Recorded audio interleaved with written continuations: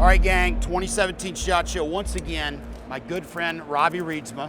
Thank you, Robbie, for joining me. No problem, Larry. HK booth.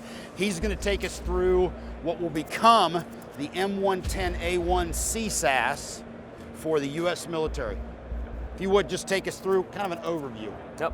So essentially, a few years ago, Army came out with a requirement for a compact semi-automatic sniper system that was lighter weight, more reliable, and more accurate than the current M110. Basically, HK's submission was a G28 MR762 HK417 type system.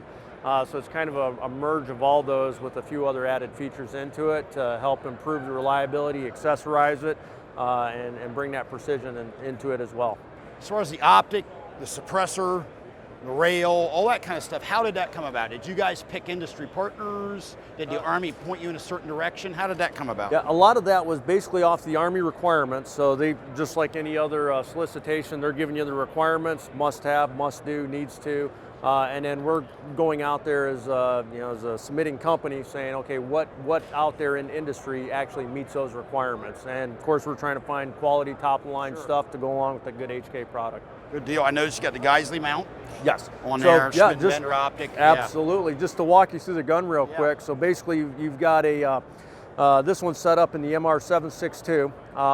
So it's all tan colored, or the FDE type color. It's topped off with a Schmidt Bender optic. That'll eventually be the Trimmer 3, and then there's another reticle that they're putting into that as well.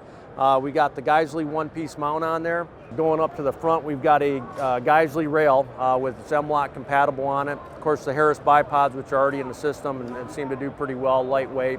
It's going to have the OSS suppressor on the end. That's their newer flush mount design. Runs great.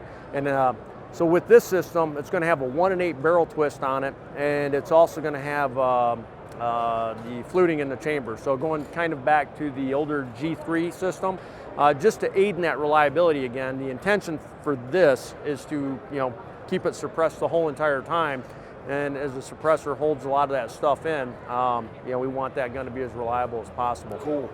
And then from what I understand, this is kind of a mock-up. The actual M110A1 will be tweaked a little bit, like buttstock, ambi controls and whatnot. Yes, correct. So this one does not have the ambi controls on it. The actual M110A1, the CSASS, will have ambi controls left and right on the receiver.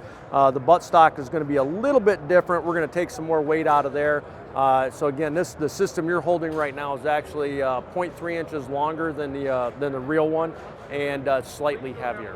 I know everybody watching. Any hopes of this thing ever making to the civilian market? God, I hope so, Larry. I like the way you think, brother. Dude, it's always good to see you. Thanks a million. I appreciate the support. Hope you enjoyed it. This is one of the top items on my list to come do a video for you guys, because there's a lot of buzz about this gun. Everything I hear, the thing shoots like a house on fire. It does. Hope you enjoyed it. LAV out.